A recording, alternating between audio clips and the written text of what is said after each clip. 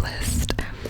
I also, so the rest of these, 1, 2, 3, 4, I watched at home on streaming services, which streaming services are really annoying me. Like Disney Plus logged me out the other day and was like, confirm your household, da da da. I'm like, y'all are such hoes. Like, honestly, so pathetic. So pathetic. I'm ready to low-key ditch the streaming services and start checking out movies and TV shows through the Tubi library app, because you can check out movies and shows through that library app and watch them on your TV. So like, I'm about ready to start doing that because they're pissing me off with all these monopolies, like moving the movies and shows around. 1 month it's on this platform, next month it's on that platform, then they logging you out, talking about like, oh, like, are you all under the same roof? And it's just annoying. Like, how greedy can these companies be? But anyways, I digress. One of the movies I watched on streaming was Conclave. The movie about a group of cardinals selecting a new pope. And I did, of course, watch this because I saw that a new pope was elected. Or is that what it's called? Chosen? I don't know. I'm not Catholic. I was raised evangelical Christian, and we did have a lot of Catholic people in our religious circles growing up still. Since some Catholic people go to evangelical Christian churches and groups, you know.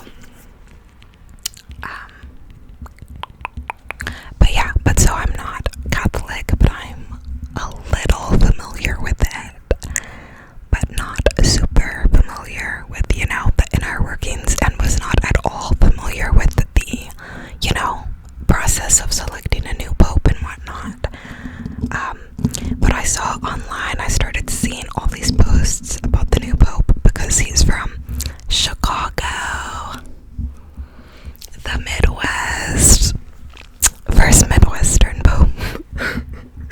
So of course I was like, oh my gosh, well, no way, since of course I'm in Ohio, so also the Midwest, and I was just in Chicago over St. Patty's weekend.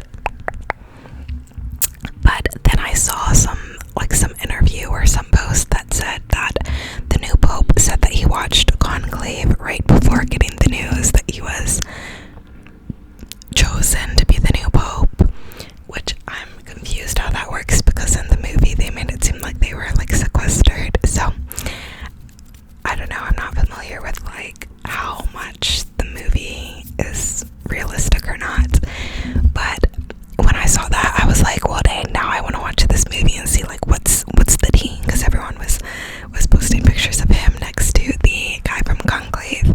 So I watched it, and you guys, I actually really liked it a lot. Like, I wasn't expecting to like it as much as I did. It was just really good. Like, it had a good message. There's a twist at the end, and the message at the end is really just like a message of unity and love, and I wasn't expecting it to, I don't know, like really be like that. I don't know. I was very pleasantly surprised with the movie. Very pleasantly surprised. So yeah, I loved it. And then I was talking to a girl, and she said that the book is even better. The book is even better. The book is even better. So then I was like, oh. So now I placed a hold on the Libby Library app for the audio book version. So I'm going to wait for that to come in, and then listen to that, because I'm so curious if I'll like it as much or even better or whatever, you know. But yeah, I loved it.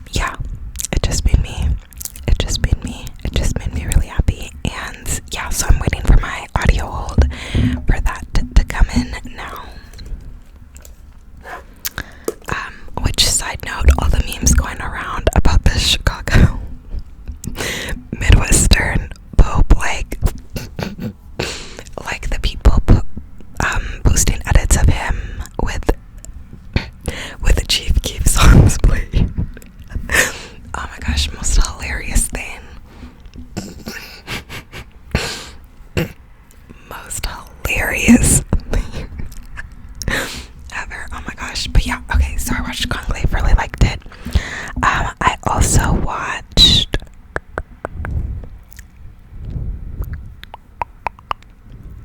Call Me By Your Name with Timothée Chalamet. Did you guys hear that people that he recently said that like his name is pronounced like Timothée and he's just let everyone mispronounce it for years? That's wild. But I watched this. I felt gross about it though, because it deals with like a really big like age gap relationship between this 17-year-old boy and this like 30-year-old or something man. And so I didn't like it. Whenever that comes up in books, I'm like, books, movies, shows, whatever, I'm like, no, that's predatory.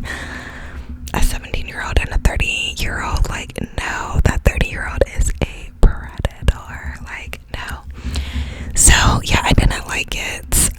I understand a lot of people say it's more of like a message about like obsession and desire and not necessarily like a romance.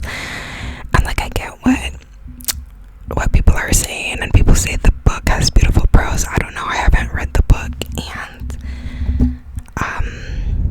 yeah, I don't know, but yeah, I don't know. I don't really want to consume a tale of obsession and desire when it's like that, if it's not having a clear message of how that is a person that age being with another person that age is predatory. You know, I don't really want to consume a story if it's not making that clear and if it has that theme, you know. So I don't know, that's just my personal feeling, but it did have some really beautiful shots, like cinematography wise, and I think Timothée did a great job in his acting, like, for sure. But it made me so uncomfortable, like, because Timothée, like, very much looked like a young kid, which good, he should, to portray that age, you know, and the difference there, you know, even though I'm sure he was much older, because, you know, they cast older actors to play teenagers. But yeah, but it just made my skin crawl, like, seeing this, like, very like small, like a teenager being with this like grown adult in the movie. Like, I didn't like it. So yeah, that was Call Me By Your Name. I know that's like a controversial one. So is Lolita. I haven't read that either.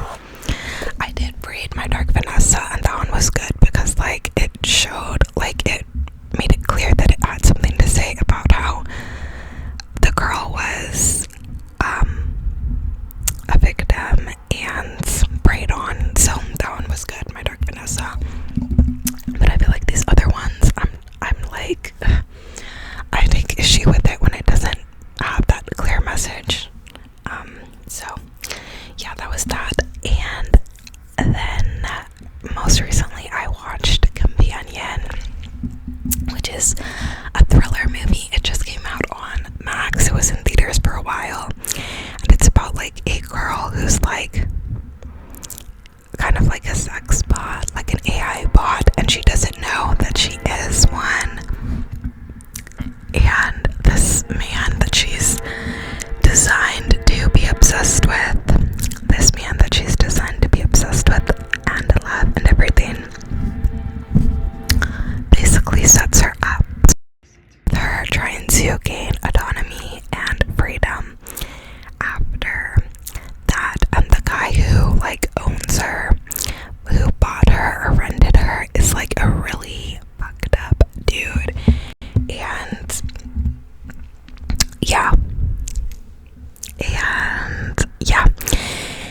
I really liked this movie. It was so good. Like, I'm not usually one to really like empathize much with like the robot characters in television, but in this one I was so on her side, because the guy who like rented her was such a gross piece of shit, and like I wanted her to get out and fuck him up. Like, oh my gosh. So yeah, and it also had really great commentary, like in the beginning, like she was talking about like, oh, there's just been like nothingness, and it was so like existential, but like in the best way. Like it was just so good. And the look at like relationships and desire, 10% battery remaining, okay, like it was just so good. And yeah, I loved this. It was scary, but not like too scary. It was a little gory.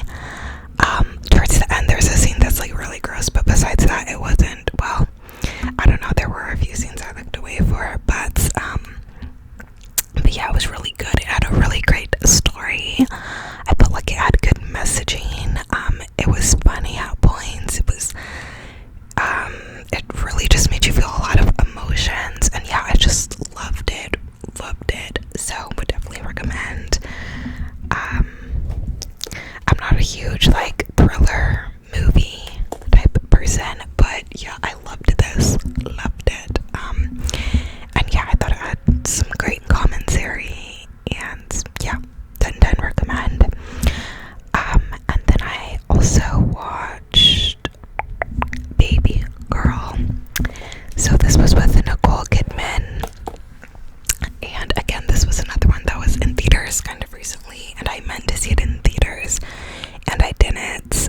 There's another movie, Daisy Edgar Jones's movies, that came to theaters recently, and it just like got out of theaters so quick I didn't have a chance to see it either.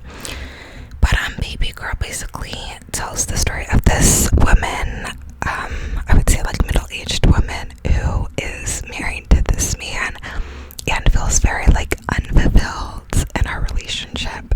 She's very like kinky and has certain like kinks. She's into like decoration and stuff like that, and her man like doesn't know that and doesn't get that. And then she meets this old younger guy who comes into her workplace as like an intern, and he kind of propositions her, and she kind of goes with it, and then they start exploring that kink and dynamic together. I liked this one. I didn't think it was anything groundbreaking, and I didn't think it was as wild as it could have been. For some reason from the trailer, I was thinking that this one was going to be like a thriller too, because the trailer made it seem like it was going to be like spooky or whatever, but it wasn't a thriller. It was just like a normal like contemporary like lit fic type vibe. So it was different than what I was expecting. I guess I was expecting more like from the trailer, but yeah, it was interesting.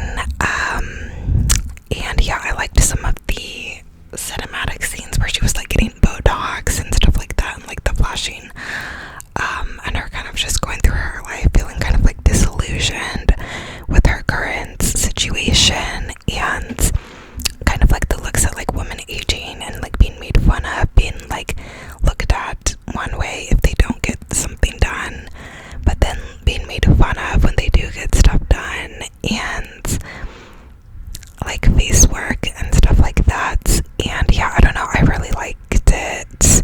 I did like it. I didn't love it, but like I did really like it. As I'm thinking about it, I'm like, oh, I liked that aspect and I liked that aspect. So yeah, I thought it was good. Not great, but good. Yeah, I liked it. So yeah, the ending scene, like I kind of didn't know how to feel about it. I guess there's this ending shot of like the younger guy like walking around with the dog, and I was kind of like, why are they being so dramatic for nothing? Like, I don't know, I'm sure there's like a 10-page think piece on like what that scene's supposed to convey, so I'm probably maybe just missing it, but I was kind of like, okay, this is so dramatic for what? But yeah, what else? Anything else about it? I'm trying to think. Oh, it was very like on the nose at points. Like at one point, the older guy is like, this is weird, like girls being Macuses. What's the word? I always have a hard time pronouncing it. Mac. The opposite of sadism. Macus is, I don't know. But he was like, girls being Maca, whatever, is only something that happens in men's fantasies. It's not real.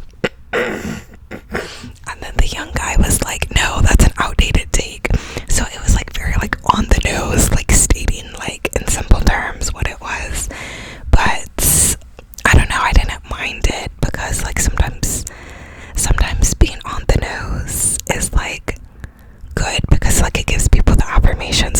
sometimes there's some stuff that like we know, but that we still like need the affirmation for. So yeah,